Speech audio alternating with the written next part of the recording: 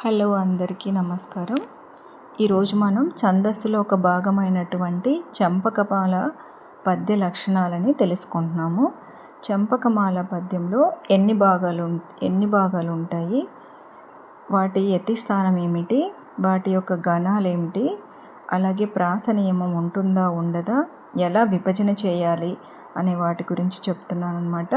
మీరు ఈ వీడియోని స్కిప్ చేయకుండా జాగ్రత్తగా చూసినట్టయితే మీకు క్లియర్గా అర్థమవుతుంది.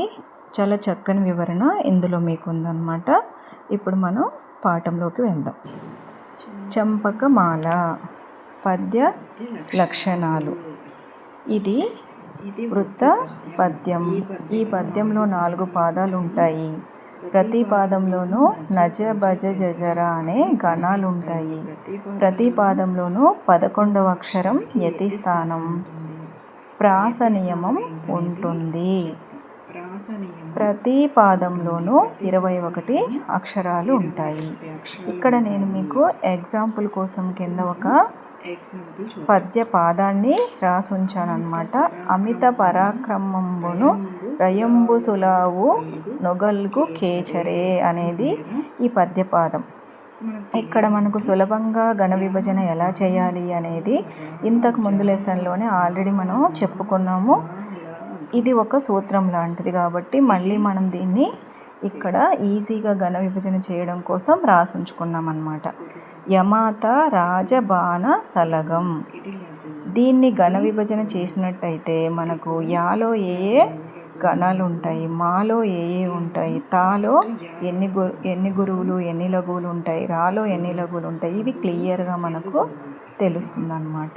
చూడండి, యాకు మా వచ్చేసి అన్ని గురువులు, తా ఇది అంత్య లఘువు, రా మధ్య లఘువు, జ మధ్య గురువు, బ ఆది గురువు, నా అనేటప్పటికి మనకు అన్నీ కూడా లఘువులు వస్తాయన్నమాట. ఇక లాస్ట్ దాన్ని మనం ఏమంటాము, వగనం లేదా లగం లేదా వగనం అని అంటాము. అక్కడ మనకు ఒక గురువు, ఒక లఘువు, ఒక గురువు మాత్రమే ఉంటాయన్నమాట. ఇలా మనము గుర్తు పెట్టుకోలేనప్పుడు ఈ సూత్రాన్ని ఉపయోగించి ఘన విభజన చేయవచ్చు అన్నమాట. ఇప్పుడు మీకు 10th క్లాస్లో మార్క్స్ వెయిటేజీ వీటికి 2 మార్క్స్ ఉంటుంది, అందుకనే జాగ్రత్తగా పరిశీలించండి. ఫస్ట్ మనకు ఆ మీ త, ఇక్కడ ఎక్కడ దీర్ఘాలు లేవు కాబట్టి మొత్తం కూడా ఇవి లఘువులు. ప రా దీర్ఘం ఉంది, అలాగే పక్కన వాటి అక్షరానికి ఒత్తు కూడా ఉంది కాబట్టి రా మనకు గురువు అయిపోయింది. ఈ 2 లఘువులు అయిపోయాయి. మా పక్కన 0 ఉంది కదా, అందుకనే అది గురువు. బు లఘువు, నువ్వు కూడా లఘువు. రా లఘువు, ఎం 0 ఉంది కాబట్టి గురువు, దాని పక్కన ఉన్నటువంటి బో వచ్చేసి లఘువు అన్నమాట. సు దీర్ఘం లేదు లఘువు. లా దీర్ఘం ఉంది కాబట్టి గురువు. ఊ వచ్చేసి దీర్ఘం లేదు కాబట్టి లఘువు. అలాగే మనకు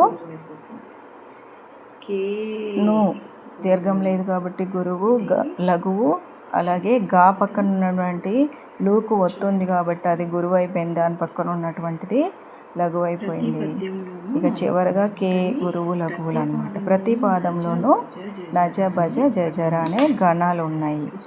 మనకి ఇక్కడ ఘన విభజన అయితే చేశాం కదా, దీని ప్రకారంగా ఏ అక్షరాన్ని ఏమంటాం అనేది సూత్రం ప్రకారంగా చూద్దాము. మీరు గుర్తు పెట్టుకోవాలనుకుంటే పెట్టేసుకోవచ్చమ్మా. ఎవరైనా గుర్తు పెట్టుకోలేని వాళ్ళు ఈ సూత్రాన్ని ఫాలో అవ్వండి. నా 3 లఘువులు ఉంటాయి కాబట్టి దీన్ని నా అంటున్నాము.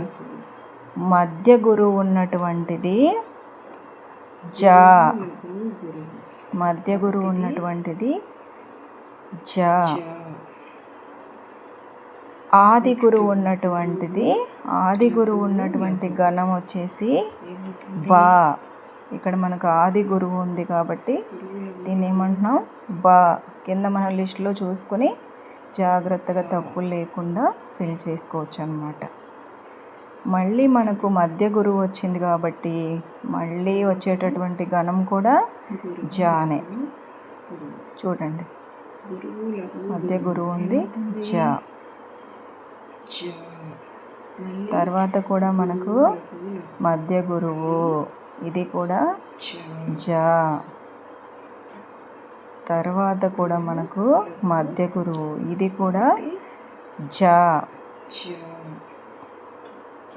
తర్వాత వచ్చేటటువంటి అక్షరం వచ్చేసి మధ్య లఘువు, మధ్య లఘువు కాబట్టి అది ర. నజ బజ జజర. ఇవి ఈ పద్యం యొక్క గణాలు. దీనిలో నజ బజ జజర అనే గణాలు ఉంటాయి.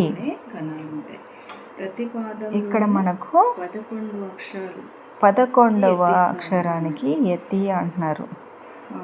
మొదటి అక్షరానికి మరియు 11వ అక్షరానికి యతి మైత్రి చెల్లుతుంది అని అంటున్నారు. ఇక్కడ మనం లెక్క పెట్టినట్టయితే ఆ తర్వాత 11వ అక్షరం వచ్చేటటువంటి అక్షరం యా.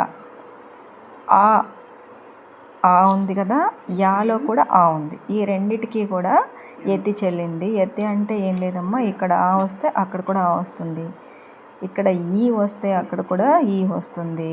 అది అచ్చుల రూపంలో రావచ్చు, అల్లుల రూపంలో రావచ్చు. మనం ఐడెంటిఫై చెయ్యాలి. ఇక్కడ యా అని ఉందే కానీ డైరెక్ట్గా ఆ అని లేదు కదా, దాన్ని మనం గమనించాలి. ఈ ప్లస్ ఆ, యా అనేది మనం గుర్తించాలన్నమాట.